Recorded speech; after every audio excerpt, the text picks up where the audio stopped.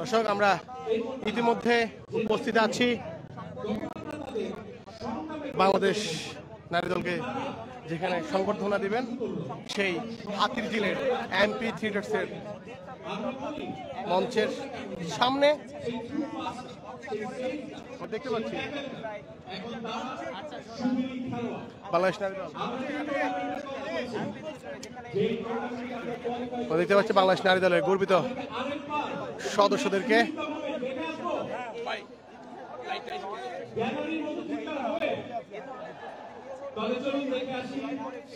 ঠিক এখনো ঘড়ির কাঁটায় 3টা বাজে, 3:18 তখনও এই এমপি থিয়েটার্সে দর্শকদের ভিড় আমরা দেখতে পাচ্ছি। দর্শক,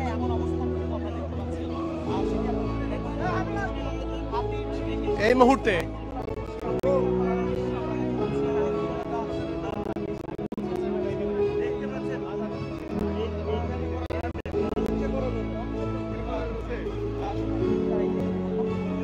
ভাই আপনি তো বলতেছেন আমাকে একটু সুযোগ করে দেন। আমরা দেখতে পাচ্ছি প্রথমবারের মতো এশিয়ান কাপের বাছাইয়ে খেলার যে গৌরব অর্জন করেছে বাংলাদেশ নারী দল, সেই নারী দলের প্রত্যেকটা সদস্যকে আমরা দেখতে পাচ্ছি এমপি থিয়েটার্সের মঞ্চের সামনে। তারা আসলে উৎফুল্লিত, তারা আসলে আনন্দিত। প্রথমবারের মতো যেটি বাংলাদেশ পুরুষ দল 1980 সালে প্রথমবারের মতো করেছেন এবং এরপর 45টি বছর কেটে যায়, এরপর আর সেভাবে বাংলাদেশ পুরুষ দল অর্জন করতে পারেনি।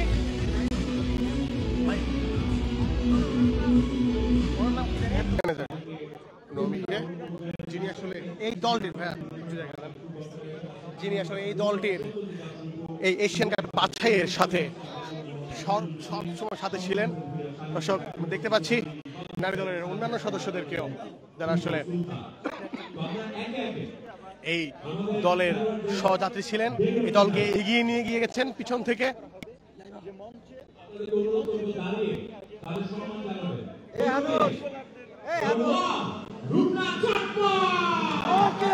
দর্শক,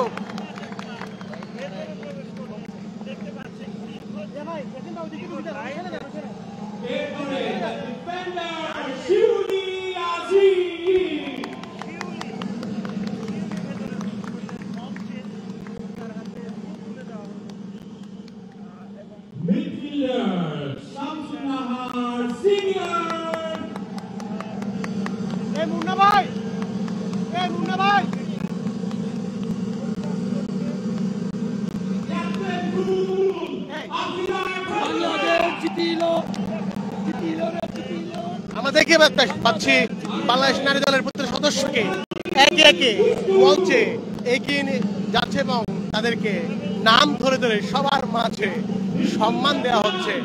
মাহবুবের এমন আয়োজন আসলে অবশ্যই অবশ্যই সুনাম কুড়াবে। এর আগে অনেকে অনেক কথা বলেছেন, আসলে এই সীমাবদ্ধতার মধ্যেও বাংলাদেশ নারী দলকে মাহবুবের যে সংবর্ধনা, এটি অবশ্যই অবশ্যই প্রশংসার দাবিদার।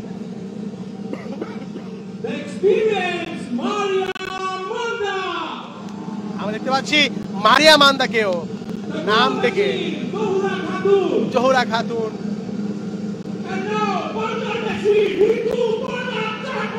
দর্শক বাংলার মেসি ঋতুপর্ণা আক্তারকে, বাংলার মেসি ঋতুপর্ণা চাকমাকে আসলে এখন মঞ্চে ডেকে নিয়েছেন। আমরা দেখি কোচ পিটার বাটলারকে, যার নেতৃত্বে আসলে প্রথমবারের মতো এশিয়ান কাপের বাছাই পর্ব খেলেছে।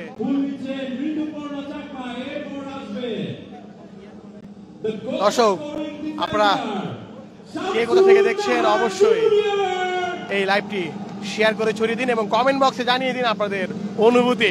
এমন অনুভূতি আসলে আপনাদের যারা বিদেশ থেকে দেখছেন তাদেরকে কেমন উপভোগ করাচ্ছে এবং মিস করছেন কিনা প্রিয় বাংলাদেশকে, এবং বাংলাদেশে থাকলে এমন অনুষ্ঠানে আপনারা অংশগ্রহণ করতেন কিনা।